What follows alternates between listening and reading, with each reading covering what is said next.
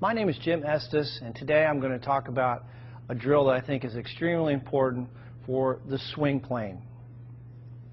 So what I want you to do is, and this by the way is going to give you an instant understanding of exactly the feeling you want to have in the golf swing. Take a club, you can put a rod, alignment rod in the grip, or I'm sorry, in the butt end of the golf club. Take the golf club, turn it like you're going to hold it, and then what I want you to do is take that club, put it right against your left hip, so you're holding both clubs here. Now you've got an alignment rod on the ground and a golf ball, and what I want you to do, getting into your good posture position, your weight over the arches, feel balanced. The insides of the heels are going to be about the width of your hips. Take a swing back, slow motion, and trace with that alignment rod the target line all the way up.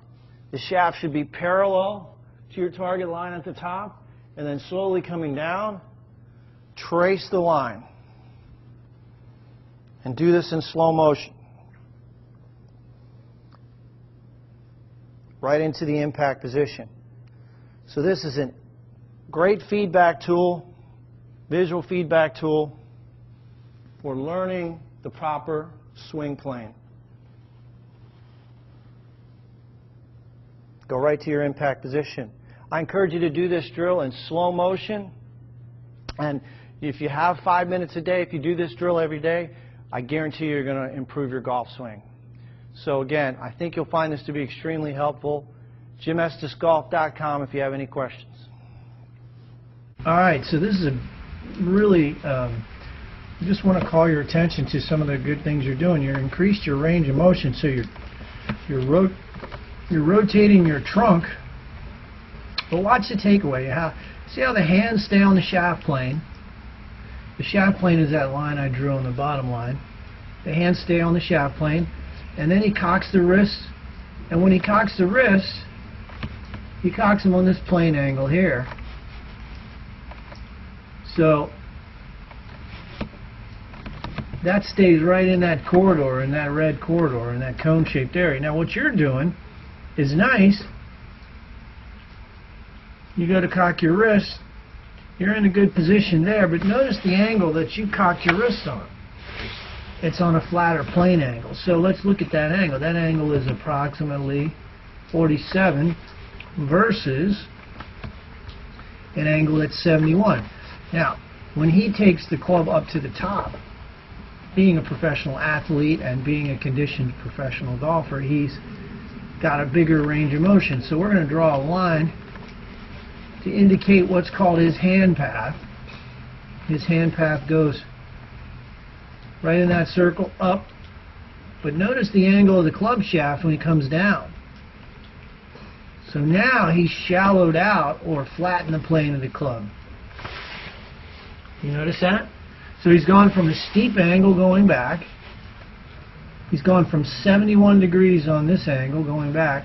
And on the downswing, he's changed that angle. Now look, that angle that he's on now is parallel to the lower line there.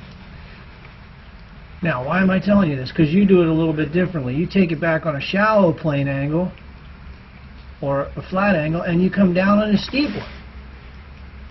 You notice the difference there? Yeah. So we want to change that.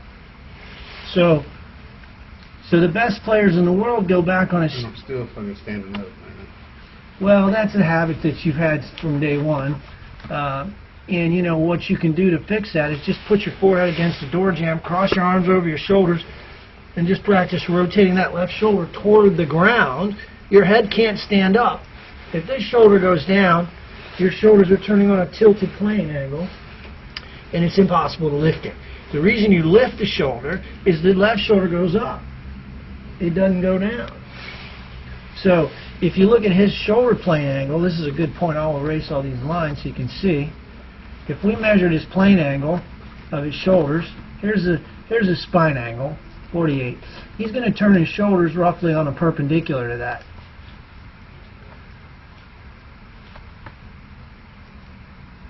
Okay, so his shoulders are turned on a little bit of a perpendicular plane. This is the shoulder plane angle. This is the spine angle. Now, when you turn back, if you worked on tilting your shoulders more, notice your shoulders aren't turning on a flat plane. I mean, on the same angle.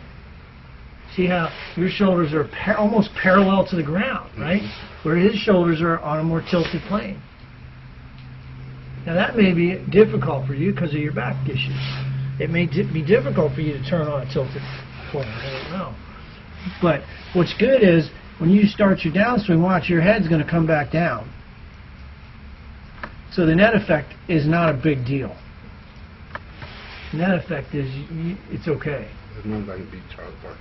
As long as you can beat Charles Barkley. Now you don't get your butt into it. Now if you're gonna get busy in the Philippines, you gotta learn to use your hips. Yes. Now watch this guy. He uses his hips. Now when he hits the ball, his butt's facing the camera, which is, you know, he's rotated a good 45 degrees, his trunk. I'm sorry, his pelvis. There's nothing going on there. So that's where you're losing some power. But anyway, it's still a lot better than you were.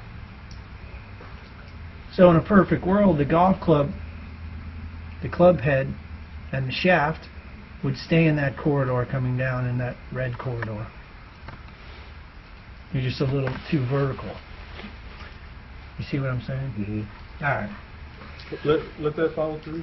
Oh, you want him to go? Now watch what he does on the forward swing. He's going to come all the way around, like we've been trying to get.